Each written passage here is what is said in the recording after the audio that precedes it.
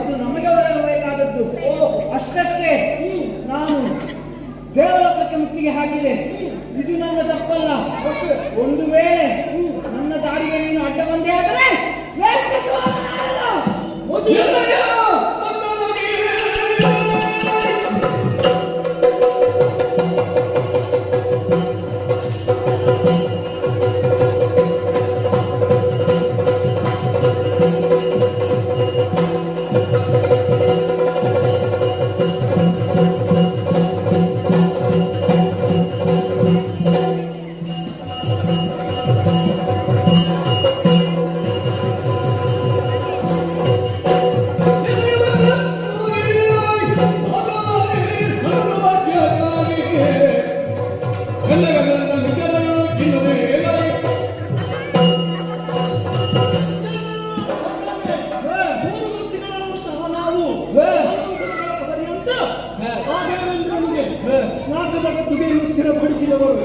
ಮೂರು ಮೂರ್ತಿಗಳ ಏನು ಮೆಚ್ಚುಗೆಯನ್ನು ಮೀರಿ ಅಥವಾ ನಿಯಮವನ್ನು ಮೀರಿ ಬೆಳೆಯುವುದಕ್ಕೆ ಮುಂದಾದೆಯ ಅದು ಅಸಾಧ್ಯ ಅಸಾಧ್ಯ ಅಲ್ಲದೆ ಅವರ ನಾರಿಯನ್ನು ಕೂಡ ಬಯಸುವಂತಹ ಕೆಟ್ಟವನೇ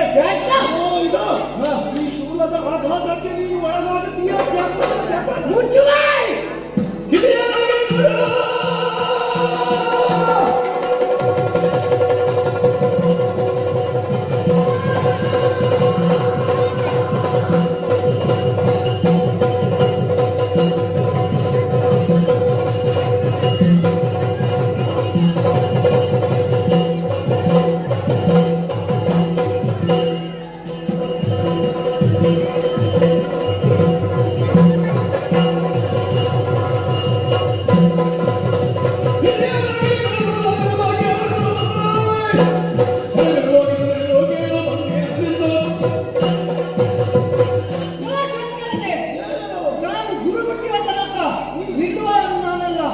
ನನ್ನ ದಾರಿಗೆ ಯಾರೇ ಆಗಿ ಬಂದರು ಸುಮ್ಮನೆ ಬಿಡುವವನು ನಾನಲ್ಲ.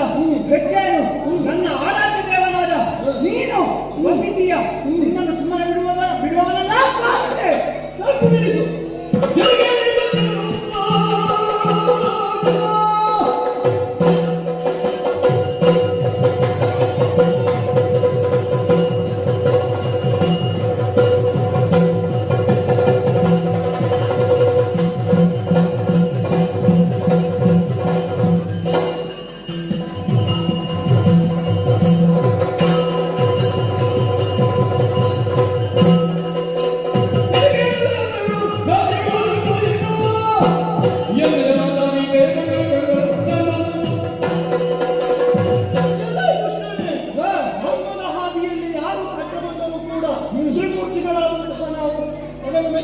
ಮೆಚ್ಚುವುದಿಲ್ಲ ಬಹಳ ಹಾರಾಡಿದ್ದೀಯಂತೆ.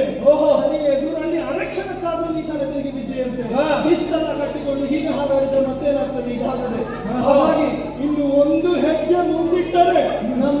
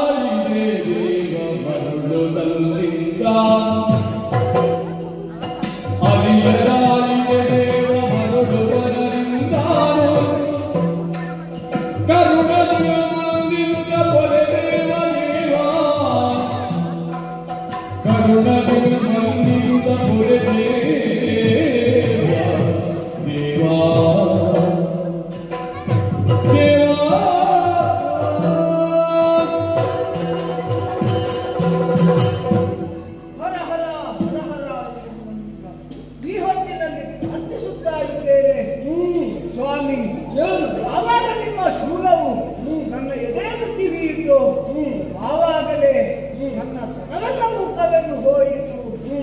ಈಗ ನನಗೆ ಅರ್ಥವಾಗುತ್ತಾ ಇದೆ, ಇಷ್ಟು ದಿನ ನಾನು ಅದೆಷ್ಟೋ ಧರ್ಮಗಳನ್ನು ಮಾತ್ರವಲ್ಲ ಕೆಟ್ಟ ದಾರಿಯಲ್ಲಿ ನಡೆದಿದ್ದೇನೆ ಎಂಬುದಾಗಿ ಅರ್ಥವಾಯಿತು. ಸ್ವಾಮಿ, ನನ್ನದೊಂದು ಕೊನೆಯ ಆಸೆ, ಅದನ್ನು ನೆರವೇರಿಸಿಕೊಡಬೇಕು.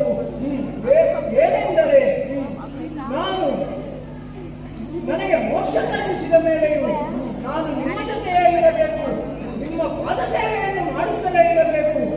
ಇದೊಂದನ್ನು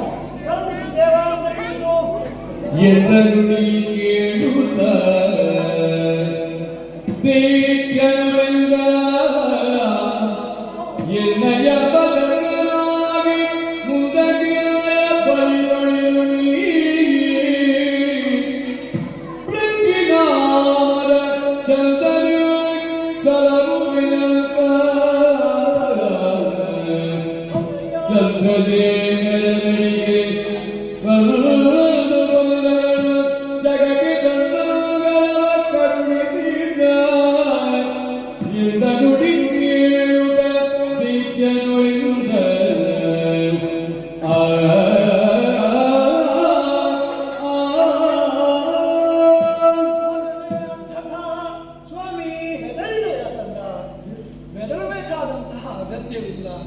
ನೀನು ನನ್ನ ಸೃಷ್ಟಿಯೇ ತಾನೆ. ಮಾಡಬಾರದಂತಹ ಅನ್ಯಾಯವನ್ನು ಮಾಡಿದೆ. ಪಶ್ಚಾತ್ತಾಪಕ್ಕಿಂತ ಪ್ರಾಯಶ್ಚಿತ್ತ ಬೇರೆ ಇರುವಂತೆ ಈಗ ನೀನು ಬಯಸುತ್ತಾ ಇರುವುದು ಒಂದಲ್ಲ ಎರಡು ಪದವಿಯನ್ನು.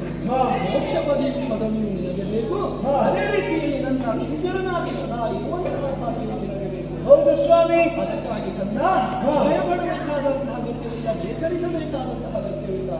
ಇದು ಮೃಣ್ಮಯವಾದಂತಹ ಈ ಶರೀರವನ್ನು ನೀನು ಪಡೆಯಲೇಬೇಕು. ಅದಕ್ಕಾಗಿ ನಿನಗೆ ಮೋಕ್ಷ ಪದವಿಯನ್ನು ನಾನು ಅನುಗ್ರಹಿಸಿದ್ದೇನೆ. ಆ ಬಳಿಕ ನೂತನ ಸೃಷ್ಟಿ ಎಂಬಂತೆ ನಿನ್ನನ್ನು ಗಂಡಿ ಎಂಬ ಹೆಸರಿನಲ್ಲಿ ನನ್ನ ಪಾದ ಸೇವಕನಾಗಿ ನನ್ನ ಗಣ ಪ್ರಮಥರಲ್ಲಿ ಓರ್ವನನ್ನಾಗಿ ನಾನು ಮಾಡಿಕೊಳ್ಳುತ್ತಿದ್ದೇನೆ. ಅದಕ್ಕಾಗಿ ಇದು ಮೋಕ್ಷ ಪದವಿಯನ್ನು ಸೇರುವುದಕ್ಕೆ ಸಿದ್ಧನಾದ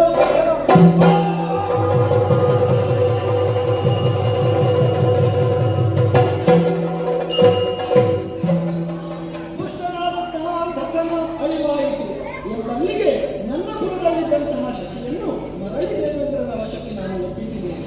ಹಾಗಾದ್ರೆ ಇಲ್ಲಿಯ ತನಕ ದುರಾಚಾರವನ್ನೇ ಭ್ರಷ್ಟಾಚಾರವನ್ನೇ ಮಾಡುತ್ತಾ ಇದ್ದಂತಹ ಅಂಧಕ ಹುಟ್ಟಿದ್ದೆ ಕತ್ತಲೆಯಲ್ಲಿ. ಯಾವಾಗ ನಾನು ಕಣ್ಣು ಮುಚ್ಚಿದ್ದೇನೋ ಆವಾಗ ಆಕೆ ಜನಿಸಿದ ಎಂಬಲ್ಲಿಗೆ ಕತ್ತಲೆಯ ರೂಪದಲ್ಲಿ ಬಾಳುತ್ತಾ ಇದ್ದಂತಹ ಆತನನ್ನು ಜ್ಞಾನೇಶ್ವರನಾಗಿ ನಾನು ಕಂಡುಬಂದು ಆತನಿಗೆ ಜ್ಞಾನದ ಬೆಳಕನ್ನು ತೋರಿದೆ ಎಂಬಲ್ಲಿಗೆ ಆತನಿಗೆ ಮೋಕ್ಷದ ಪದವಿಯನ್ನೂ ನಾನು ಕೊಟ್ಟವನಿದ್ದೇನೆ. ಹಾಗೆ ಮುಂದಕ್ಕೆ ನಮ್ಮ ಭಕ್ತನಾಗಿ ಭೃಂಗಿ ಎನ್ನುವಂತಹ ಹೆಸರಿನಲ್ಲಿ ಆತನು ಮುಂದಕ್ಕೆ ಕಾಣಿಸಿಕೊಂಡು ಇದ್ದಾನೆ ಎಂಬಲ್ಲಿಗೆ ಅಂಧಕಾಸುರ ಮೋಕ್ಷ ಅನ್ನುವಂತಹ ಈ ಕಥಾನಕವನ್ನು ಯಾರು ಮಾಡಿದ್ದಾರೆ, ಯಾರು ಆಡಿಸಿದ್ದಾರೆ, ಯಾರು ನೋಡಿದ್ದಾರೆ, ಯಾರು ನೋಡುವುದಕ್ಕೆ ಅನುಮತಿಯನ್ನು ಮಾಡಿಕೊಟ್ಟಿದ್ದಾರೆ, ಇವರೆಲ್ಲರಿಗೂ ಕೂಡ ಮಹಾಗಣಪತಿ ದೇವರು ಅದೇ ರೀತಿಯಲ್ಲಿ ಸ್ಥಳದಲ್ಲಿ ವಾಸವಾಗಿರುವಂತಹ ಸಕಲ ದೈವ ದೇವರುಗಳು ಕೂಡ ಅನುಗ್ರಹವನ್ನು ಉಂಟು ಮಾಡಲಿ. ಅದೇ ರೀತಿಯಲ್ಲಿ ಕಥಾಂತರ್ಗತವಾದಂತಹ ತತ್ವವು ಎಲ್ಲರನ್ನೂ ಎಲ್ಲ ಮನವನ್ನು ಬೆಳಗಲಿ ಎಂಬುದಾಗಿ ಹೇಳಿಕೊಳ್ಳುತ್ತಾ ಬೇಡಿಕೊಳ್ಳುತ್ತಾ ಈ ಕಥಾನಕಕ್ಕೆ ಮಂಗಳವನ್ನು ಹಾಡುವರೆ ಸಭ್ಯ